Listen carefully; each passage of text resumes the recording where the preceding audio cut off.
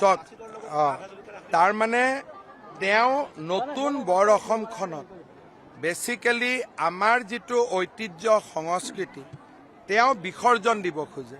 লাচিতৰ লগত বাঘ হাজৰিকা কেনেকৈ থাকিব? বাঘ হাজৰিকা বোলাটো মানুহেই নাছিলে। শংকৰৰ লগত মাধৱদেৱ যে থাকিব এইটোতো বৰপেটাৰ মানুহে ৰন্ধে ৰন্ধে জানে। শংকৰদেৱৰ লগত ছাৰ দৰে কোন আছিলে?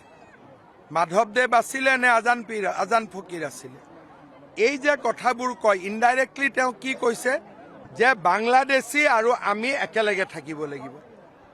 তাৰ মানে তেওঁ কি বুজাইছে যে নতুন বৰ অসমত বাংলাদেশীসকল আৰু অসমীয়াসকলক মই একেলগ কৰি দিম। তাৰমানে তেওঁ কৈয়ে দিয়ক যে আমাৰ সত্ৰ মন্দিৰ ল'ৰা ছোৱালী যি আছে মই বিসৰ্জন দি দিম।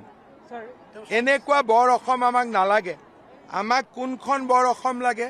যিখন স্বৰ্গদেউ চাওলুং চুকাফাই কৰিছিল, যিখন বৰ অসম মহাপুৰুষ শ্ৰীমন্ত শংকৰদেৱে কৰিছিল।